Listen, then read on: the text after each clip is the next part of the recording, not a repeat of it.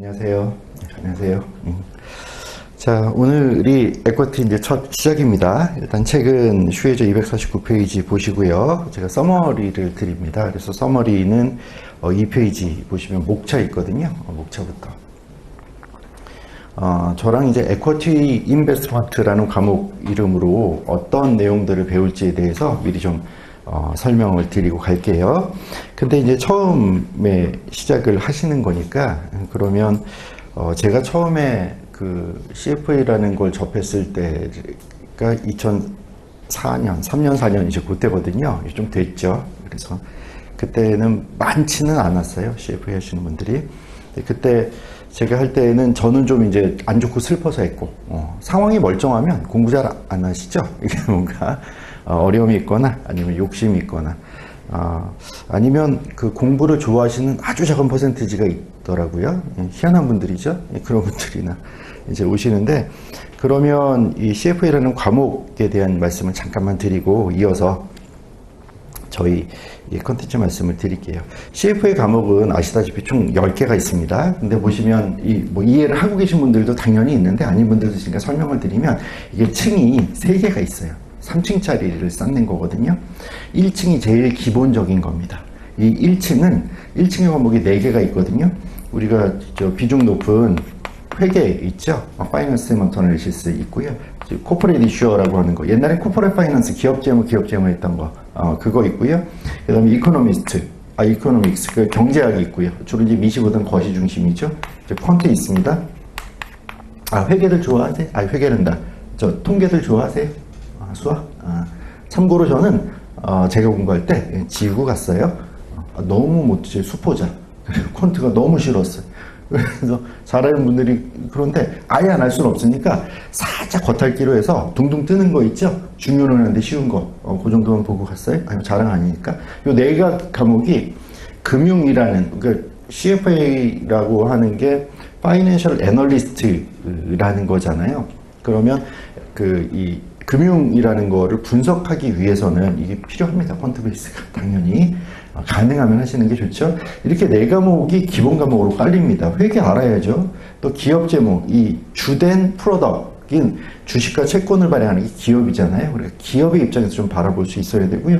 경제학 알아야 됩니다. 그래야 매크로라는 데 대한 이해가 있어야 산업도 이해하고 기업도 이해하죠. 그래서 4개가 기본 과목이고요. 요 위로 프로덕트, 에셋 클래스라고 하는 게 4개 붙습니다. 제가 하는 중요한 에코티, 그리고 픽스 인컴 있죠. 본드, 채권들이 있을 거고요. 얼터너티브, 그래서 대체 투자 뜨고 있는 거고요. 파생, 드리버티브 있습니다. 이 4개는 에셋 클래스 단위고요. 이 기본 지식을 가지고 각각의 프로덕트에 대한 이해를 넓히는 거고요. 제1위는 뭐냐면 이 전체를 섞어서 포트폴리오라는 거로 만드는 겁니다. 그래서 포트폴리오 매니지먼트라고 하는 게 제1위에 있어요. 그리고 이 전체는 항상 에티컬 매너로, 윤리적인 기준 하에서 있어야 된다라고 하는 거죠. 이렇게 10개잖아요. 1층에 4개, 2층에 4개, 3층에 하나, 포괄하는 거 하나. 이렇게 10개가 있습니다. 이 중에서 에쿼티는 레벨 1, 2, 3가 비중이 다 달라요. 예를 들어 FSM은 레벨 1, 2 비중이 높고 3에서는 아예 지워졌다면, 에쿼티라는 건 레벨 1, 2, 3에서 원래 10에서 12%, 10에서 15%, 10에서 15% 정도가 레벨 1, 2, 3에 있었습니다. 근데 이게 계속 변하거든요. 지금은 11에서 14%, 2015년은 이렇게 돼 있어요. 왜냐하면 그 컨텐츠 2페이지 보시면은 LOS가 8개나 되잖아요. 많다는 거죠. 그래서 양이 이게 이렇게 안 많았는데요. 일부가 2년 전인가 들어왔어요. 근데 이게 들어온 내용이 아주 생뚱맞은 게 아니라 옛날에 레벨 2에 있다가 이게 좀 없어졌다가 다시 레벨 1으로 왔다가. 그러니까 CFA 시험의 장점이자 단점이 뭐냐면, 제가 2003년부터 했다고 그랬잖아요. 2003, 4년에 제가 처음 공부했을 때 내용이랑 지금이랑 같은 게 꽤 있고요. 다른 것도 많습니다. 뭐냐면 그 시점에 중요한, 금융이라는 건 사회과학이니까 계속 변하잖아요. 그걸 업데이트를 해요. 그러니까 현실감 있는 이론과 실무. 그러니까 이거는 정말 프로페셔널, 그러니까 교수, 이론적인 연구자를 만드는 게 아니고, 이 과정은요, 프랙티셔너라고 하는 거죠. 시장에서 실제로 참여하는 전문가들을 만들어내는 게 이제 과정의 목적이니까 계속 좀 바뀝니다. 그러다 보니까 비중도 왔다 갔다 많이 달라져요. 그런데 어쨌든 에쿼티라는 과목은 중요 과목이다. 에쿼티하고 픽스 인컴은 기본이죠. 요새 중요해졌고 얘도 중요하죠. 다 중요하네요? 다 중요해요. CFA 시험 아직 한 번도 안 보셨잖아요. 지금 다행히 CBT, 컴퓨터로 보는 거라 문제수가 좀 줄고, 이제 내용도 줄어들었는데, 시험의 특징이 여러 가지가 있죠. 그 중에 제가 제일 인상 깊은 특징은 뭐냐면, 어디서나 나옵니다. 공부하기 그런 거 있죠. 그러니까 보면, 저는 이거 버렸다 그랬잖아요. 마지막에 가면 어떤 이게 되냐면, 여기 학생분이 계시는지 모르지만 아마 보시는 분 계시겠죠. 학생분도 계시고 직장인분도 계시잖아요. 직장인 바쁘죠. 저도 아침에 회사 행사 갔다 왔거든요. 근데 강의는 와야 되는데 회사 행사예요. 사실 중간에 도망왔어요. 보면 안 되는데 하여튼 중간에 왔어요. 마지막까지 못했거든요. 근데 이제 회사 일이 바쁘죠. 경조사 많죠. 회사에 야근 있죠. 쭉 있단 말이에요. 더구나 이제 조금 저도 나이 들어서 있는데 결혼이라도 해봐요. 그럼 이제 가정을 돌본다. 하여튼 뭐 함께 해야죠. 뭐 애도 있으면 이제 더 큰일 났죠. 온갖 이제 가족 행사들 이제 널려 있고요. 힘듭니다. 학생분은 안 바쁜가요? 더 바쁘죠? 더 바쁩니다. 그래서 공부할 시간이 없어요? 없어요? 없어서 어떻게 되냐면 마지막에 오면 핵심적인 것만 하면 안 됩니까?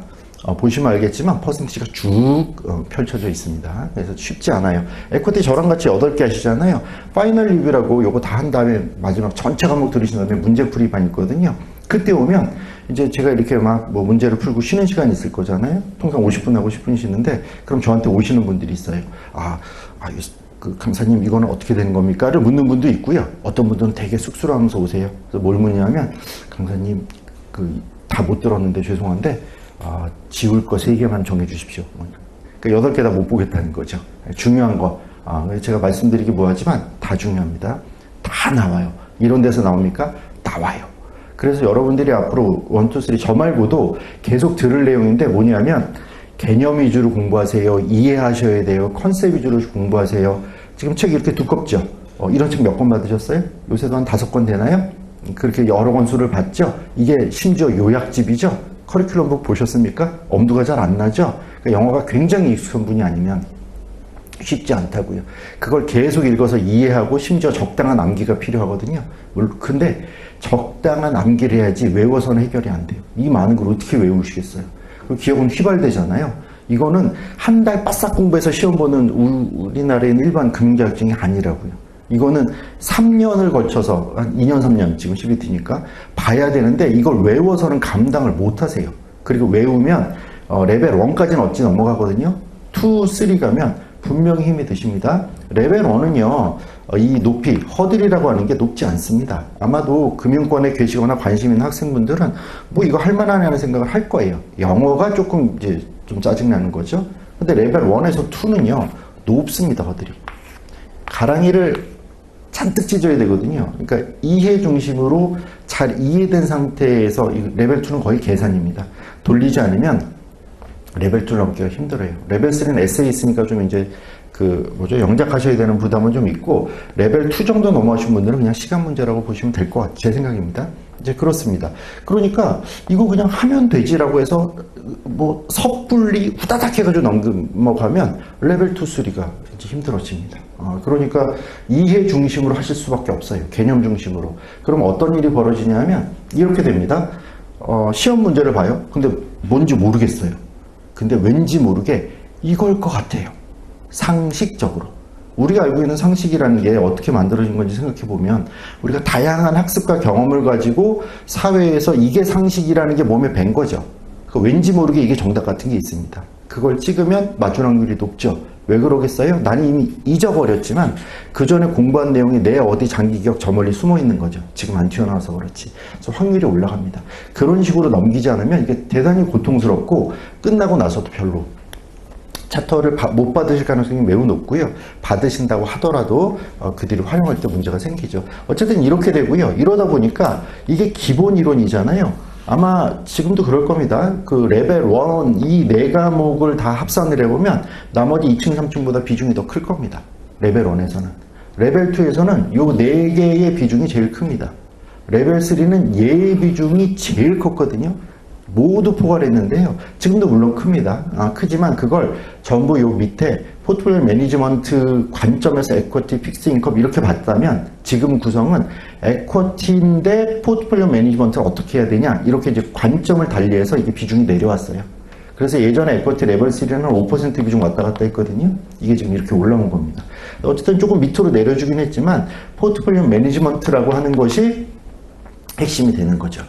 이게 이제 그러면 이 전체적인 과정을 우리가 이제 공부를 해야 되는데 이제 막막하죠. 그런데 걱정하지 않으셔도 됩니다. 왜냐하면 이 시험은 엉덩이를 붙이고 수업을 충실히 들으셨는데 한 250시간 깔면 어지간하면 됩니다. 그걸 우리가 자꾸 지름길을 찾아가려고 그래서 어지간히 깔아서 보면 대충 합격시켜주는 시험입니다. 그러니까 변별력을 높이겠다고 우리나라 시험들처럼 아주 꽈서 내는 문제는 거의 없어요. 내가 모르는 거지 아주 꼬아서 날 일부러 틀리게 하는 문제는 별로 없습니다. 물론 적당히 헷갈리는 수준은 있죠. 그러니까 시간을 투여하면 됩니다. 근데 이게 장기간이잖아요. 우리한테 익숙치 않고요. 공부를 오래 하셔야 되니까. 그리고 이게 개념이 아닌 암기 위주로 공부를 많이 하셨다면 어려움이 있습니다. 그러니까 지금이라도 개념 위주로 가자. 그게 이 시험뿐만 아니라 그 뒤로도 좋다. 이렇게 말씀을 드리고요. 그래서 에쿼티는 어쨌든 레벨 1, 2, 3 전부 중요 과목이다. 따라서 레벨 1부터 잘 해두시면 좋겠다. 이런 말씀을 제가 목이니까 이해를 좀 하고요.